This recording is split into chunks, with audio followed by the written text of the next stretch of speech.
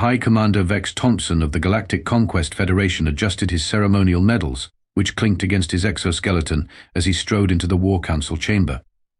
The medals were entirely decorative, awarded for such prestigious achievements as most promising battle plan and excellence in theoretical combat. The fact that none of his battle plans had ever been tested in actual combat was, he assured everyone, merely a technicality. Esteemed members of the War Council, he announced, his mandibles clicking with barely contained excitement, I have discovered our next conquest. The council chamber, designed to seat thousands of the galaxy's most fearsome warriors, contained exactly 4 other aliens. Budget cuts had hit the Conquest Federation hard since their last attempted invasion ended with their entire fleet being defeated by what turned out to be an automated garbage collection satellite. Is it another uninhabited moon? Asked General P. Tark, who hadn't moved from his relaxation pod in what appeared to be several solar cycles. Because I'm not filling out the paperwork for another uninhabited moon. Better Vex-Thompson activated the holographic display, projecting an image of Earth. This is planet E3, locally known as Earth, home to a species called humans. He paused for dramatic effect, but the only response was Junior Tactical Officer Pip dropping their datapad. Admiral KZ Tafe seized, whose species communicated primarily through static electricity, sparked irritably. What's so special about these humans? According to our historical analysis, they're primitive. Look at this. Vex-Thompson zoomed in on various historical images. For centuries they built underground bunkers for protection, primitive fortifications, clear signs of a species that cowers in fear. Pip raised a tentacle. Sir, if I may, these records appear to be quite old. Perhaps we should conduct a more current analysis. Nonsense. Vex-Thompson waved away the suggestion with 3 of his arms. Our data clearly shows they spent significant resources on these bunkers during something called the Cold War, and look at how they designed them: fully underground, heavily reinforced. Obviously they fear superior forces attacking from above. Strategic Commander Yolix, who had been quietly knitting what appeared to be a tactical sweater, looked up. And you're certain this information is reliable? Of course. Our deep space scanning array picked up thousands of these bunkers. They're everywhere. Under their cities, their military bases, even their residential areas. Vex-Thompson's antennae quivered with excitement. And do you know what this means? That we should double-check our intel, Pip suggested hopefully. That they're perfect for invasion, Vex-Thompson declared, completely ignoring Pip. Think about it, they build bunkers because they expect attacks from above. They're practically inviting us to conquer them. We'll simply surround these bunkers, wait for them to hide inside like they always do, and then... He paused for dramatic effect. We'll leave them in there. P. Tark blinked slowly. Will. Exactly. They'll have to surrender eventually. It's brilliant. They'll never expect us to use their own defensive structures against them. I'll call it Operation Burrow Blockade. Pip frantically scrolled through their datapad. Sir, I really think we should look at more recent data. These bunker records are from their year 1962, and there seem to be some interesting developments since then. More recent data? Pip. Vex-Thompson patted the junior officer's head condescendingly with 2 of his arms, while signing dismissively with a 3rd. When you've been in this business as long as I have, you'll understand that military tactics don't change overnight. Besides, what could possibly have changed? Did they suddenly develop some sort of advanced technology that would make our entire strategy completely obsolete? The council chamber fell silent, except for the soft clicking of Yolix's knitting needles. Well then, Vex-Thompson declared, if there are no relevant objections, I'll begin preparing the invasion fleet. This time next cycle, we'll be adding another glorious conquest to our records. He paused. And no, P. Tark, we're not counting the garbage satellite incident in those records. Pip looked at their datapad one last time, then at the council, then back at their datapad, and finally slumped in defeat. I'll start preparing the mission accomplished banner, they muttered. The War Council's strategic planning room was actually a converted maintenance closet, but Vex-Thompson had insisted on calling it the Chamber of Tactical Brilliance. He'd even hung a banner saying so, though it was partially obscured by a mop. Now then, Vex-Thompson declared, standing before a whiteboard he'd requisitioned from the cafeteria. Let's discuss our invasion strategy. He uncapped a marker with flourish, accidentally spraying ink across his ceremonial medals.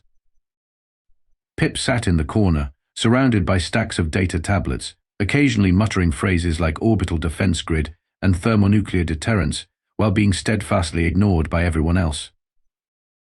"The plan is simple," Vex-Thompson continued, drawing what appeared to be a stick figure hiding under an upside-down bowl. "The humans see our ships, they run to their bunkers, and we win. Any questions?" Admiral KZTF raised a crackling appendage. "Yes, actually. What if they don't run to the bunkers?" "Don't be ridiculous. Of course they'll run to the bunkers. That's what bunkers are." For Vex-Thompson drew more stick figures running toward the upside-down bowl. "Look, I even made a diagram." Sir Pip ventured, "I've been analyzing some more recent data about Earth's military capabilities, and I really think—" "Excellent initiative," Pip Vex-Thompson interrupted. "Why don't you put all that energy into designing our victory parade route?" "But sir, according to these readings, they have something called ICBMs and—" "ICB," what Petarch mumbled from his relaxation pod, which he'd insisted on bringing to the planning session. "Sounds made up." "Precisely," Vex-Thompson agreed. "Now, I've divided our invasion force into 3 groups." He drew 3 wobbly circles on the board. "The glorious A team will handle the military bunkers, the magnificent B team will surround civilian bunkers, and the spectacular C team will provide moral support from a safe distance." Strategic Commander Yorlix looked up from their tactical sweater, which now appeared to have 5 sleeves. "Shouldn't we perhaps consider the possibility that Earth's military technology has advanced since they built those bunkers?" "Oh please," Vex-Thompson scoffed. "What could they possibly have developed? Some sort of instantaneous global communication network? Weapons that can strike anywhere on their planet within minutes? Autonomous flying machines that can deliver precision strikes without putting their pilots at risk?" He laughed, and after a moment, everyone except Pip joined in. Pip raised their tablet. "Actually, sir, according to this, they have all of those things and—" Pip, Vex-Thompson interrupted again, patting them with multiple appendages. "You're new to this whole invasion business. Let me explain something. Species don't just suddenly develop advanced technology. Why, look at us. We've been using the same ships and weapons for the past 12 centuries, and we're doing just fine. Is that why our ships still run on Windows 95? Pip muttered under their breath. "Now then," Vex-Thompson continued, drawing what looked like a rain cloud over his stick figures, "we'll begin with a traditional show of force. Darken their skies with our ships. Make lots of scary noises. I'm thinking something between a cosmic horror and a garbage disposal, and then wait for them to panic and hide in their bunkers." Admiral KZTF sparked thoughtfully. "And if they don't panic?" "They'll panic. Trust me, I've read all about Earth's historical responses to invasion threats. Did you know they once mistook a radio drama for an actual alien invasion? These humans are practically professional panickers." Pip scrolled frantically through their tablet. "Sir, that incident was in 1938, and since then they've significantly improved there." "Wonderful enthusiasm," Pip Vex-Thompson cut them off again. "Why don't you go prepare our victory speech? Make sure to include lots of more ha-has and at least 3 uses of the phrase resistance is futile." As Pip slumped out of the room, Vex-Thompson turned back to his diagram, now featuring stick figures with sad faces inside the upside-down bowl. "I'm thinking we give them about an hour in their bunkers before we start broadcasting our demands. Something classic like surrender now. Primitive beings always works in the training simulations." "Has anyone actually tested these training simulations?" Yorlix asked, counting stitches. "Of course. They're programmed to succeed every time. That's how we know they're accurate."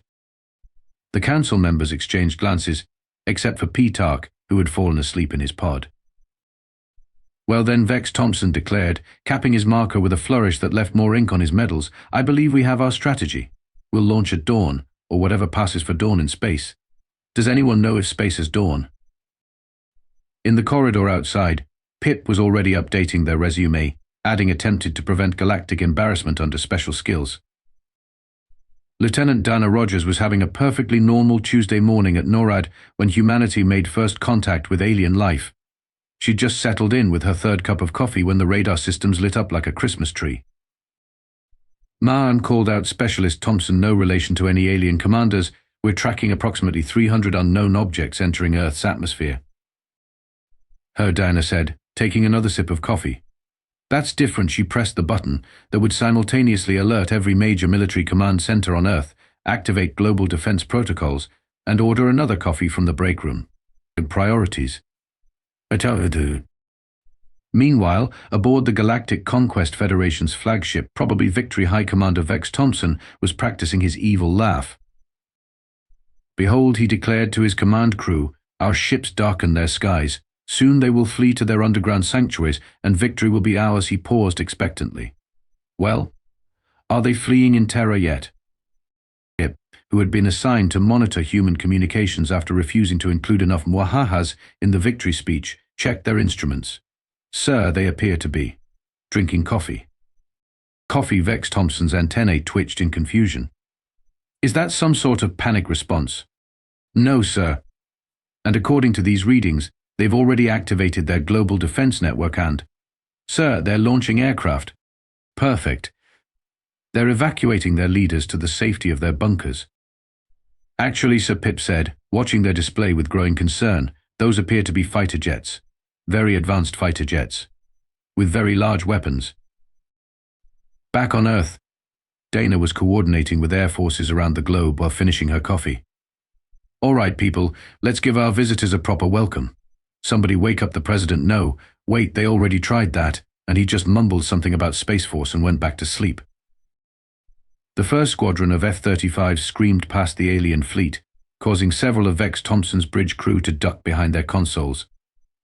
Sir Pip reported, the humans appear to be surrounding us. Excellent. Just as we planned to surround their bunkers. See? They're learning from us already. Vex-Thompson preened his antennae proudly. No, sir, you don't understand. They're not running to bunkers. They're not running anywhere. Their Pip's voice trailed off as they watched the tactical display. They're launching missiles. Nonsense. According to our data, they cower in their underground shelters whenever threatened. Quick, someone make a threatening noise. Admiral KZT Feast obligingly generated some static, which was immediately drowned out by the sound of missile lock warnings. At NORAD, Dana was watching the alien fleet's disorganized response with professional interest. Are they trying to make scary noises at us? Yes, ma'am, reported Specialist Thompson. And according to our translators, they're broadcasting something about surrender and futility. Cute, Dana said, ordering her fourth coffee. Let's show them what we'd been doing while they were practicing their evil laughs. Launch the drones. Aboard the probably Victory, Pip was having an increasingly difficult time maintaining their professional composure. Sir, we're detecting hundreds of small, unmanned aircraft approaching our fleet. They appear to be armed. Unmanned. Vex-Thompson scoffed. How can they be aircraft without pilots? That's ridiculous. Almost as ridiculous as suggesting they wouldn't use their bunkers.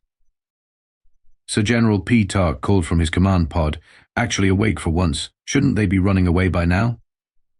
The training simulations said they'd be running away by now. Perhaps we need to be more threatening, Vex-Thompson mused. Quick, someone darken the sky more dramatically. Sir Pip interjected. I really think we should consider that our intelligence might have been slightly. They were interrupted by the first wave of missiles impacting the fleet's shields. What was that? Vex-Thompson demanded. That, Pip said with remarkable calm, was the humans demonstrating why they don't need bunkers anymore. Back at NORAD, Dana was coordinating the global response while starting her fifth coffee. Status report. Their shields are holding Ma'an, but they seem very confused about it. Their communications suggest they expected us to hide in bunkers. Dana blinked. They came to invade Earth expecting us to hide in bunkers. What do they think this is, 1962? Aboard the probably Victory, chaos reigned. Well, organized chaos. The kind of chaos that happens when everyone is trying to look busy while simultaneously avoiding taking any actual responsibility. Sir Pip reported, watching multiple displays at once. I'm detecting launches from Earth's surface. Many launches. Very big launches. Finally, Vex-Thompson declared, they must be abandoning their surface installations to hide in their bunkers. No, sir. Those are intercontinental ballistic missiles, and they're headed right for us. Inter what owl, what I see, what isles. Sir Pip said with the patience of someone who had seen this coming since page 1. Remember when I tried to tell you about how human military technology might have advanced since they built those bunkers? The first ICBM detonated against the fleet's shields, causing the probably victory to shake violently. Oh, said Vex-Thompson quietly. Those inter-whatevers. On Earth. Dana finished her coffee and stood up. Well, she announced to the command center, I guess this is first contact. Someone call the UN and tell them we're going to be slightly late for lunch. And someone else get me another coffee, I have a feeling this is going to be a long Tuesday. Status report, Vex-Thompson demanded, trying to maintain his dignity while clinging to his command chair as the probably victory performed what he insisted on calling tactical altitude adjustments, but everyone else called running away. Well, Sir Pip began, consulting their array of increasingly alarming displays. Would you like the bad news, the worst news, or the news that makes the bad news look like good news? Give me the good news first. There. Isn't any good news, sir. That wasn't one of the options. Another explosion rocked the ship. Admiral KZ Tef's static burst translated roughly to several words that weren't allowed in polite company, or really any company that wasn't actively on fire. Sir Strategic Commander Yorlix reported, still somehow knitting what now appeared to be a tactical scarf. The humans have disabled our communication satellites. Impossible, Vex-Thompson declared. We don't have any communication satellites. Exactly, sir. They disabled the ones we were going to launch before we even launched them. How did they? Vex-Thompson's antennae drooped. Pip, what else did those reports of yours say about human military capabilities? Pip's expression somehow managed to convey both vindication and resignation. Well, sir, remember when you laughed about the possibility of them having a global communication network? They have 7, and that's just the ones they've told everyone about. Another blast shook the ship. General P-Tark's relaxation pod slid across the bridge, with P-Tark still somehow sleeping inside it. Sir called a sensor operator. The humans are deploying something called a carrier strike group. What's a carrier strike group? Vex-Thompson asked, just before finding out exactly what a carrier strike group was. Down on Earth, Lieutenant Dana Rogers was coordinating the global response while working on her 8th coffee of the day. Are they seriously trying to jam our communications with Windows 95? Yes, ma'am, reported Specialist Thompson. Should we tell them about quantum encryption? Let them figure it out themselves. It'll be funnier that way. Back on the probably victory, Vex-Thompson was attempting to implement what he called Strategic Plan B, which mainly involved trying everything from Strategic Planner again but louder. Deploy the scary noise generators he ordered. All of them. Sir Pip interjected, the humans are using our own scary noise broadcasts to target our ships more accurately. Then deploy the even scarier noise generators. Sir, they're playing something called death metal back at us. Our scary noise generators are filing formal complaints. Vex-Thompson slumped in his command chair. Well, at least they can't track our ships when we're cloaked. About that, Sir Pip pulled up another report. Apparently, humans developed something called infrared sensors a few decades ago, also radar, and sonar, and something called Gary in accounting who happens to have a really good telescope. Another explosion rocked the ship. P-Tark's pod completed its 3rd lap around the bridge. Sir Yorlix reported, the humans have figured out our shield frequencies. How? Our shield technology is incredibly advanced. It's at least 12 centuries old. Apparently, Sir Pip said, checking their notes, they have artificial intelligence systems that can analyze and adapt to new technologies in real time. Also, our password was still set to password 123. The bridge rocked again as another wave of missiles found their mark. Admiral Tef's static discharge accidentally reprogrammed everyone's desktop backgrounds to pictures of cats. Sir Pip ventured carefully. Perhaps we should consider a strategic withdrawal. Never. The Galactic Conquest Federation has never retreated. That might explain why we're the last members, sir. On Earth, Dana was watching the alien fleet's increasingly erratic movements. Are they trying to spell something with their ships? Yes, ma'am, Specialist Thompson reported. According to our translators, they're trying to write we are very scary in their formation. Tell the NATO forces they can take a lunch break. I think we can handle this ourselves for a bit. Back on the probably Victory, Vex-Thompson was running out of ideas. And ships, mostly ships, deploy the secret weapon he ordered. Sir, we don't have any secret weapons. Then deploy the obvious weapons. Sir, the humans shot those down an hour ago. Then Vex-Thompson's antennae twisted in thought. Deploy the weapons we haven't invented yet. Pip stared at their commander for a long moment. Sir, I really think we should consider retreat. The humans have just launched something they call a kinetic bombardment platform. And what exactly is a kinetic bombardment platform? You know how we thought it was impressive that we could drop rocks from orbit? Yes, they've automated it. And added tungsten. And targeting computers. And they're calling it Operation Rod from God. The first kinetic strike streaked past the bridge viewport, turning 3 support ships into very expensive space confetti. Sir Yolix reported, finally finishing their tactical scarf, our ships are reporting something strange. The humans appear to be laughing at us. Laughing Vex-Thompson's dignity suffered another direct hit. But we're supposed to be terrifying. They're also posting videos of our invasion attempt on something called social media, Pip added. We're trending, not in a good way. Another kinetic strike narrowly missed the bridge. P-Tark's pod completed its 7th lap, P-Tark still somehow sleeping through the entire invasion. Sir Pip said, their voice carrying the weight of someone who had seen this coming since before the story began. I've taken the liberty of preparing a retreat order, and a resignation letter, and an application for a job at the Galactic Peace Corps. Vex-Thompson watched as another wave of Earth fighters approached, followed by more missiles, more drones, and what appeared to be several very annoyed carrier strike groups. Perhaps, he said quietly, we should have checked when those bunker reports were from. Yes, Sir Pip agreed. Yes, we should have. Down on Earth, Dana Rogers finished her 10th coffee of the day. Are they finally leaving? Yes, I am. Although they appear to be spelling something else with their ships as they retreat. Oh, what's that? According to our translators, it says sorry about the scary noises, please stop shooting us. Dana nodded. Well, I guess that's first contact wrapped up. Someone tell the UN we can make that lunch meeting after all.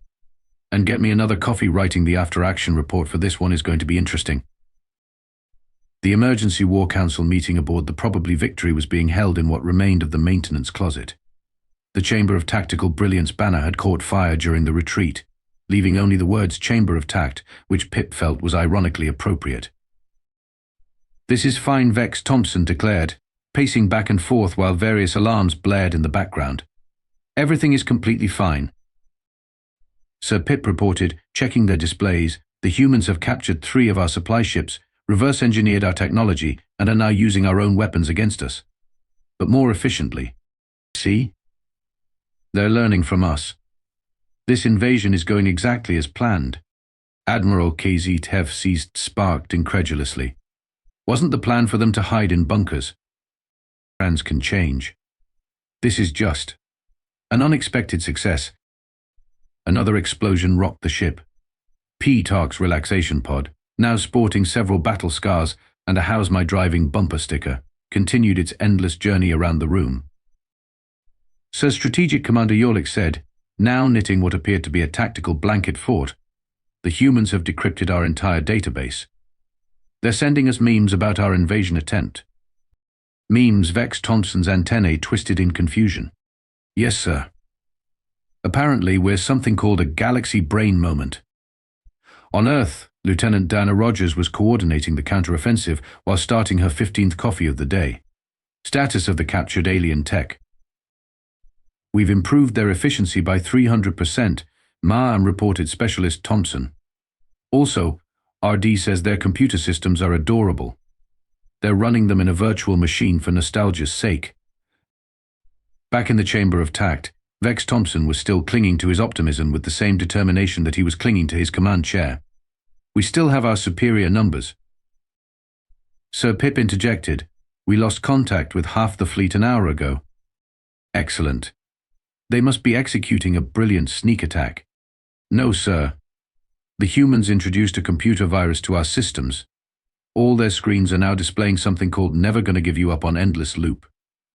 What about our remaining ships? They formed a support group, sir. They're calling it Invasion Anonymous. Another blast rattled the ship. The tactical blanket fort collapsed, though Yolix was already starting another one. Sir, called a sensor operator. The humans are broadcasting something to all our frequencies. Their surrender, Vex-Thompson asked hopefully. No, sir. It appears to be an invoice. They're billing us for ammunition spent, fuel used, and emotional damage. They're also charging us a processing fee. On Earth, Dana was reviewing the counteroffensive's progress. Did they respond to the invoice? They tried to pay with expired gift cards, ma'am. Add a late payment fee. Back in the Chamber of Tact, the War Council's meeting had devolved into what Pip's report would later diplomatically call a strategic debate about alternative victory conditions. We can still win this, Vex-Thompson insisted, while behind him, several panels exploded in what could only be described as supportive disagreement. Sir Pip said, checking their newest alerts, the humans have just launched something called Operation Get Off My Lawn. That doesn't sound so bad. They're using our own ships as target practice to test their weapons upgrades, the ones they made by improving our technology, which they captured less than 6 hours ago. P-Tark's pod completed another lap, now sporting racing stripes, and a small crowd of cheering crew members who were taking bets on its lap times. Well, Vex-Thompson declared, straightening his slightly singed medals, at least we still have our dignity.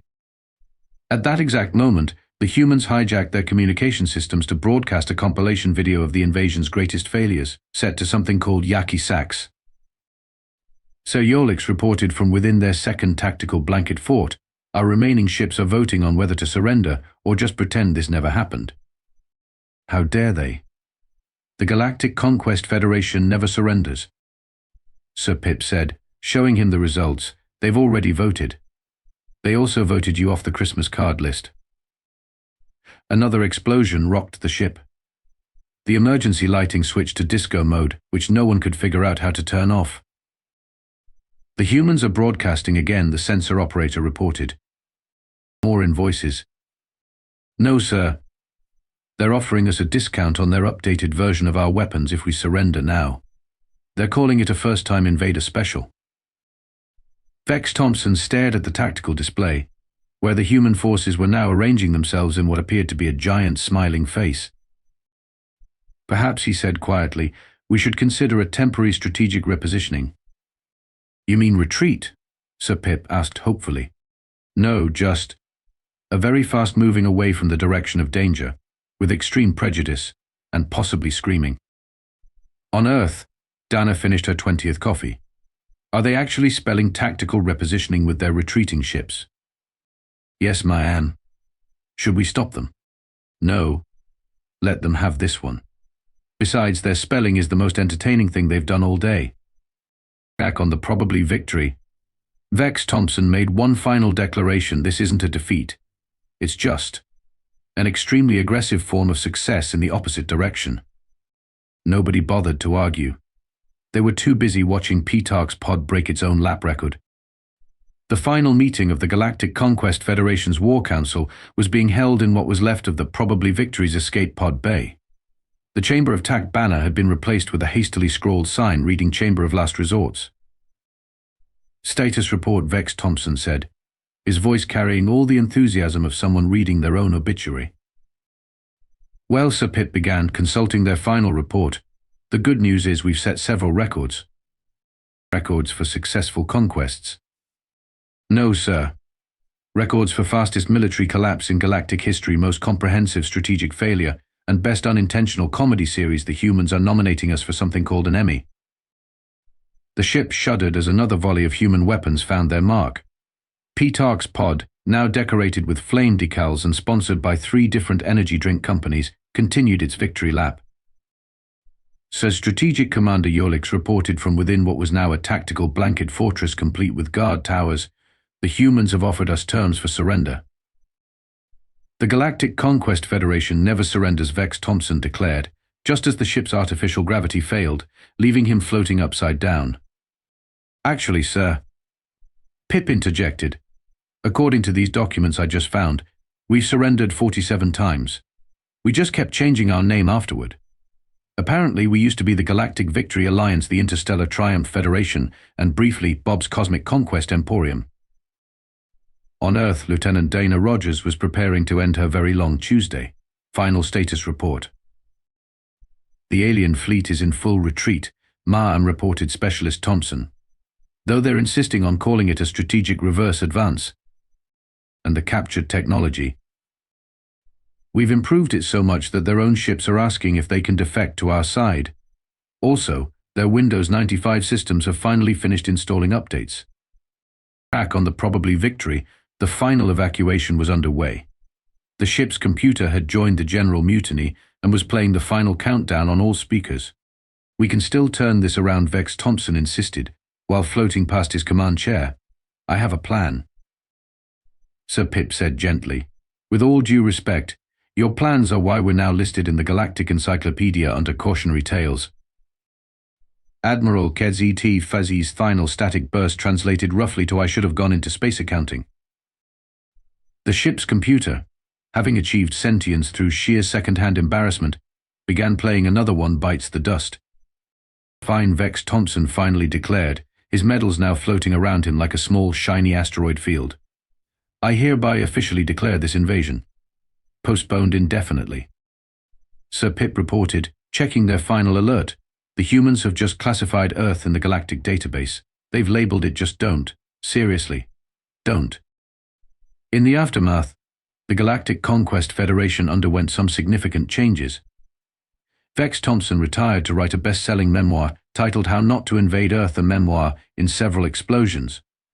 P-Tark's pod was inducted into the Galactic Racing Hall of Fame. Admiral Kez-Et started a successful chain of static electricity therapy spas. Strategic Commander Yorlix's tactical blanket fortress was declared a historical monument. And Pip? Pip was promoted to High Commander, immediately renamed the organization to the Galactic Friendship and Please Don't Shoot Us Association, and instituted a new policy requiring all intelligence reports to be read before invasion attempts. On Earth, Lieutenant Dana Rogers finished writing her after-action report, which read simply Aliens came. We coffeed. We conquered. The UN filed the invoice for the invasion under unexpected revenue sources. Earth's military forces added Windows 95 to the list of banned biological weapons, and humanity's first official intergalactic rating became a source of considerable pride. Years later, a plaque was installed in the NORAD command center. It read, on this site in 2025, humanity made first contact with alien life. They expected us to hide in bunkers. We introduced them to modern warfare, caffeine and invoice processing fees. May their experience serve as a lesson to others. Always check the date on your intelligence reports. Below it, in smaller text, PS. If found, please return P-Tark's pod. It's still doing laps somewhere. And in the Great Galactic Database, Earth's entry was updated one final time. Earth classification just donned T-note they don't use bunkers anymore. They don't need to. Additional note they will send you an invoice. Final note their coffee is better than their weapons, and their weapons are terrifying.